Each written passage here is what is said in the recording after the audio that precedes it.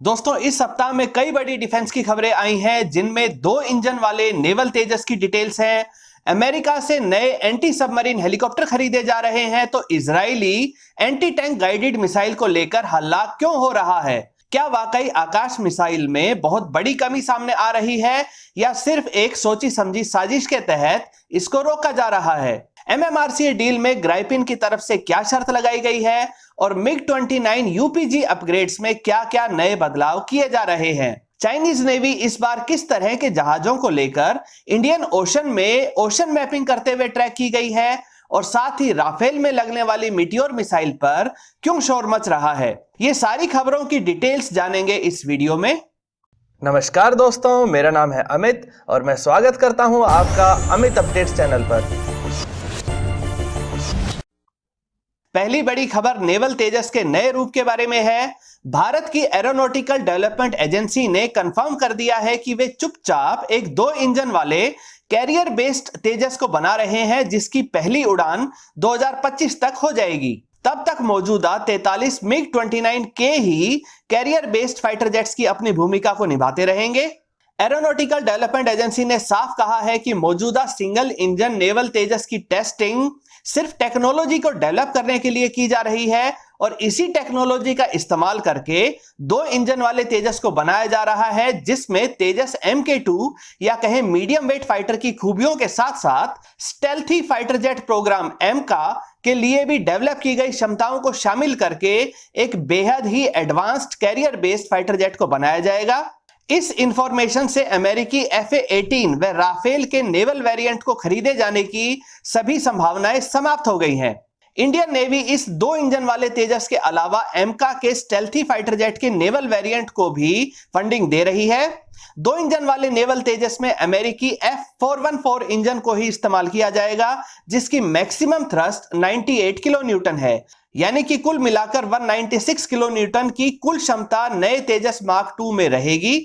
तेजस mark 2 के आ जाने के बाद मौजूदा मिग-29 के नेवल वेरिएंट एयरक्राफ्ट कैरियर्स की जगह किनारे के नजदीक किसी एयरपोर्ट से ऑपरेट किया करेंगे। अगली बड़ी खबर राफेल और इसमें लगने वाली मीटियोर मिसाइल के बारे में है। इंडियन गवर्नमेंट ने फ्रांस की सरकार से कहा है कि 2020 में अप्रैल तक जितने भी राफेल फाइटर जेट्स भारत आएंगे, उनमें meteor air to air missile जरूर लगी हुई होनी चाहिए। काफी सारे लोग जो इस राफेल डील का विरोध कर रहे थे, वो बड़े जोर शोर से यह बात उठा रहे हैं कि जब राफेल में मीटियोर मिसाइल लगी ही नहीं आएंगी, तो फिर हम राफेल को क्यों ले रहे हैं? लेकिन वास्तव में ऐसा नहीं है। ओरिजिनल एग्रीमेंट के अनुसार पहले राफेल फाइटर जेट्स आने थे, और उसके कुछ समय के बाद मीटियोर और स्कैल्प जैसी मिसाइल्स का पूरा कंसाइनमेंट आना था। लेकिन मौजूदा समय में पाकिस्तान के साथ लड़ाई होने की आशंका को देखते हुए भारतीय गवर्नमेंट ने क्लियर कर दिया है कि जो 4 से 6 राफेल जेट्स अप्रैल में आएंगे, वो दुनिया में सबसे बेहतरीन air to air missile meteor व 300 किलोमीटर की रेंज वाली SCALP air to ground missile से जरूर लैस होने चाहिए। फ्रांस की सरकार को भी इस तरह के आग्रह से कोई परेशानी नहीं है, क्योंकि उन्हें पहले या बाद में ये मिसाइल्स तो लगाकर देनी ही थी। यानी इस बारे में जो हो हल्ला हो रहा है वह बिना किसी बात का है। अगली बड़ी खबर भारत के स्वदेशी एयर डिफेंस मिसाइल सिस्टम आकाश के बारे में है। आकाश मिसाइल सिस्टम की रेंज 30 किलोमीटर तक है, और इस रेंज में आने वाले किसी भी फाइटर जेट, हेलीकॉप्टर या ड्रोन को यह डिस्ट्रॉय कर सकती है। इस मिसाइल के बारे में पिछले कुछ दिनों में मीडिया के एक खास सेक्शन में काफी नेगेटिव रिपोर्ट्स को प्रकाशित किया जा रहा है। यहां तक भी कहा गया है कि यह लड़ाई के मैदान में बेकार है, और इनकी जगह विदेशी एयर डिफेंस सिस्टम जैसे स्पाइडर आदि को खरीदना चाहिए। इस रिपोर्ट को लेटेस्ट बताते हुए इसमें CAG की एक कई वर्ष पुरानी रिपोर्ट का हवाला दिया गया है, जिसमें आकाश मिसाइल सिस्टम में कुछ कमियां गिनाई गई थी। ये कमियां भी आकाश मिसाइल की परफॉर्मेंस को लेकर नहीं, बल्कि उनकी सर्विसेबिलिटी और जिस ट्रक पर इसे माउंट किया गया है उसकी परेशानियों को लेकर थी। लेकिन इस नेगेटिव रिपोर्ट को इस तरह से गोलमोल बनाया गया कि आकाश मिसाइल सिस्टम पूरी तरह से फेल है। लेकिन ऐसी खबरों को विराम लगाते हुए इंडियन एयरफोर्स ने साफ कहा है कि हाल ही में हुए वायु शक्ति अभ्यास में आकाश मिसाइल सिस्टम ने विदेशी एयर डिफेंस सिस्टम से कहीं ज्यादा अच्छा प्रदर्शन किया है और इसीलिए इंडियन एयरफोर्स आकाश एयर डिफेंस सिस्टम की 7 नई स्क्वाड्रन को भी ले रही है। बात करते हैं उन फाइटर जेट्स की जो इस सप्ताह खबरों में रहे। स्वीडन का ग्राइपिन, जिसे उम्मीद है कि वह एमएमआरसी डील में 114 फाइटर जेट्स का कॉन्ट्रैक्ट पाने में सफल हो जाएगा। अब स्वीडन की साब कंपनी ने कहना शुरू कर दिया है कि वे ग्राइपिन की टेक्नोलॉजी को तो भारत को ट्रांसफर कर देंगे, लेकिन जो ग्राइपिन मेक इन इंडिया के तहत भारतीय कंपनी के साथ मिलकर भारत में ही बनाए जाएंगे, तो उस ज्वाइंट वेंचर का सारा कंट्रोल स्वीडन के पास ही होगा। एमएमआरसी डील में ग्राइपिन के चुने जाने के अच्छे चांसेस हैं, क्योंकि यह सिंगल इंजन वाला फाइटर जेट बहुत कम मेंटेनेंस मांगता है, इसकी फ्लाइंग कॉस्ट पर आवर बाकी सभी कंपटीटर से कम है, एक अच्छा एएसए रडार है, आईआरएससी सिस्टम है जो स्टेल्थी फाइटर जेट्स को ट्रैक करने में सहायता करता है और साथ ही सबसे आधुनिक मीटियोर मिसाइल से भी ये लैस है। इसकी कीमत राफेल से काफी कम भी है। इसके अलावा इसी सप्ताह मिग 29 में हो रहे यूपीजी अपग्रेड्स की भी चर्चा रही। भारत के सभी मिग 29 को पूरी तरह से ओवरहॉल करके नए जूक एएसए रडार, नए RD-33 सीरीज 3 के इंजन्स, लेटेस्ट एवियोनिक्स और बेहतरीन जैमिंग पोर्ट्स को लगाया जा रहा है, जिससे मिग 29 की क्षमता बहुत अधिक बढ़ जाएगी। इससे इनकी सर्विसेबिलिटी काफी अच्छी हो जाएगी व इनकी पेलोड ले जाने की क्षमता व रेंज दोनों ही बढ़ जाएगी। अपग्रेड्स के बाद मिग 29 की सर्विस लाइफ 40 वर्ष तक हो जाएगी।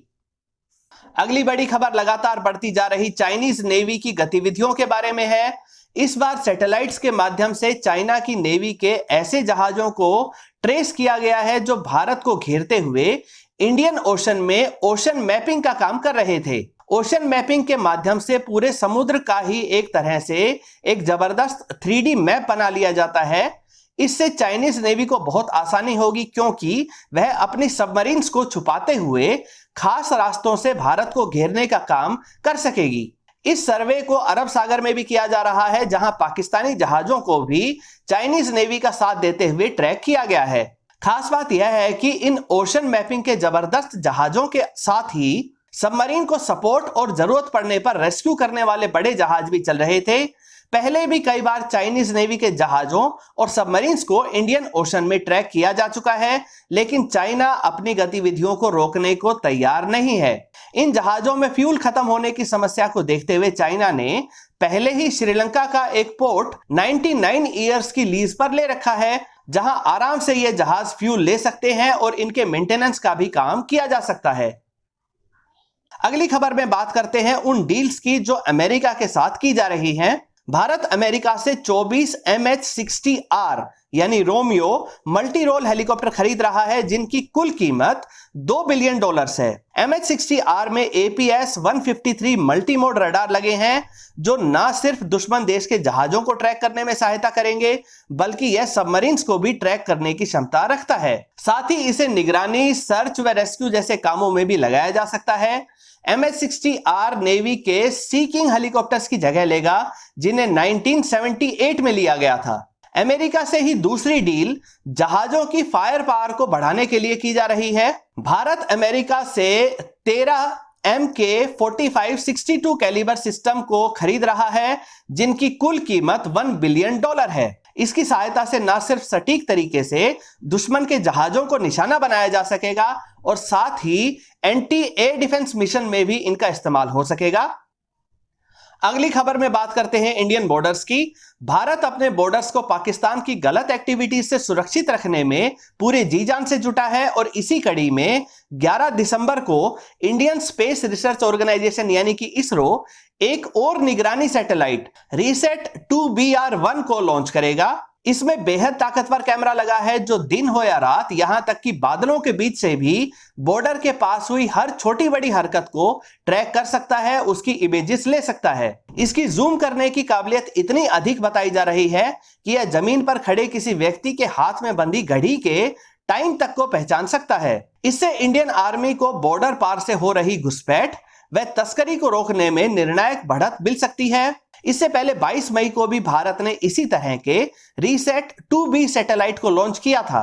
भारत को स्पेस में ऐसे 4 निगरानी सैटेलाइट्स चाहिए, जिनसे पूरे बॉर्डर को अच्छी तरह से कंट्रोल किया जा सके।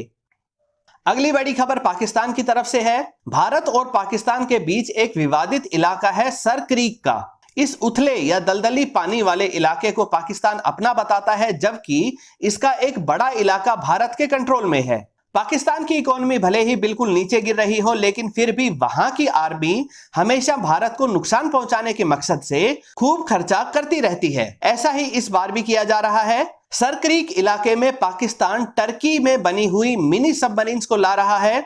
जहां सबमरीन्स का वजन 2000 टन से भी ज्यादा होता है, वहीं इन छोटी सबमरीन्स का वजन मात्र 110 टन है। और अपने छोटे आकार के कारण ये मिनी सबमरीन्स आसानी से कम पानी वाले सर क्रीक इलाके में बिना डिटेक्ट हुए घुस सकती हैं। इन मिनी सबमरीन्स की वजह से तस्करी व घुसपैठ जैसी एक्टिविटीज बढ़ सकती हैं। टर्की से ही पाकिस्तान 4 कॉर्वेट भी खरीद रहा है, जो लगभग 2400 टन वजनी है। बात करते हैं एंटी टैंक मिसाइल की, तो इजराइल से $500 मिलियन में काफी बड़ी संख्या में spike anti tank guided missiles को लिया जाना था, लेकिन डीआरडीओ ने भारतीय गवर्नमेंट से कहा कि वो समय से इससे अच्छी मिसाइल बनाकर दे देंगे। इजराइल से डील कैंसिल कर दी गई। डीआरडीओ ने प्रोजेक्ट को फिर डिले कर दिया और फिर से स्पाइक मिसाइल को ही खरीदने की बात हुई। हालांकि 2018 में फिर डीआरडीओ ने नया प्रॉमिस कर दिया और फिर से स्पाइक मिसाइल, जिसकी रेंज 4 किलोमीटर तक है, उसकी खरीद को कैंसिल कर दिया गया। फिर से डीआरडीओ ने टाइमलाइन का पालन नहीं किया और थक हार कर पाकिस्तान के साथ बढ़ती टेंशन को देखते हुए लिमिटेड क्वांटिटी में इजराइल से स्पाइक एंटी टैंक मिसाइल को ले लिया गया है। आर्मी के यूजर ट्रायल में इस मिसाइल ने 4 किलोमीटर की पूरी रेंज को अच्छे से प्रदर्शित भी किया। चिड़े बैठी इजरायली कंपनी ने डीआरडीओ पर तंज कस दिया कि अब जरूर इंडियन आर्मी को स्पाइक मिसाइल पर भरोसा हो गया है और अब डीआरडीओ से उसकी मिसाइल लेने के बारे में इंडियन आर्मी ज्यादा विचार नहीं करेगी। इसी बात से हंगामा मच गया और लोग इजरायली कंपनी से कॉन्ट्रैक्ट कैंसिल करने की बात करने लगे। लेकिन यह भी सोचने वाली बात है कि डीआरडीओ कब तक इंडियन आर्मी को सिर्फ इंतजार ही करवाती रहेगी। अंतिम खबर में उन सभी अपडेट्स के बारे में बात कर लेते हैं जिन्होंने इस सप्ताह खबरों में जगह बनाई। Indian army 200 armoured fighting vehicles को पाकिस्तान से लगने वाले बॉर्डर पर तैनात कर रहा है, जो गाइडेड मिसाइल्स से भी लैस होंगे। इस व्हीकल में 2 long range anti tank missile launchers भी अवेलेबल रहेंगे। ऐसी ही एक खबर डीआरडीओ की तरफ से आई है। डीआरडीओ ने नेवल तेजस को इजरायली और रशियन मिसाइल्स के साथ टेस्टिंग शुरू कर दी है। नेवल तेजस में 2 बियॉन्ड विजुअल रेंज वाली एयर टू एयर मिसाइल्स के साथ ही 2 मिसाइल्स नजदीक की लड़ाई के अनुसार लगाई गई हैं। इससे पहले naval Tejas variant ski jump based short take off व अरेस्टिंग केबल के माध्यम से मात्र 100 मीटर में ही लैंड करने की काबिलियत को प्रदर्शित कर चुका है। एक और खबर आई इसरो के द्वारा संचालित जीपीएस सिस्टम के बारे में। इंडियन रेलवेज में इसरो अनेबल्ड जीपीएस लगने से real time train information system काफी एक्यूरेट हो गया है और इससे इंडियन रेलवेज की एफिशिएंसी बढ़ाने में काफी सहायता मिल रही है। बहुत जल्दी ही 6000 रेलवे इंजन में इस ट्रैकिंग सिस्टम को लगा दिया जाएगा। इसी तरह की एक खबर आई सावित्रीबाई फुले पुणे यूनिवर्सिटी से, जिन्होंने इसरो के लिए न्यूक्लियर बैटरीज बनाई हैं जो 30 से 35 वर्ष तक लगातार पावर जनरेट कर सकती हैं। इनका इस्तेमाल सैटेलाइट्स व अंडर वाटर सिस्टम्स में किया जाएगा, जहां बैटरी को बदलना काफी मुश्किल होता है। दोस्तों, ये थी सप्ताह भर की सभी बड़ी डिफेंस की खबरें। उम्मीद करता हूं कि आप सभी को अपडेट रखने में यह वीडियो सहायक रहेगी। दोस्तों, अगर इस वीडियो से संबंधित आपका कोई सवाल या सुझाव हो तो कमेंट सेक्शन में जरूर बताएं। साथ ही यह भी बताएं कि आपको यह वीडियो कैसी लगी। अगर यह वीडियो आपको अच्छी लगती है तो इसे लाइक करिए, इसे दोस्तों के साथ शेयर करिए और चैनल को सब्सक्राइब करना ना भूलें। नमस्कार।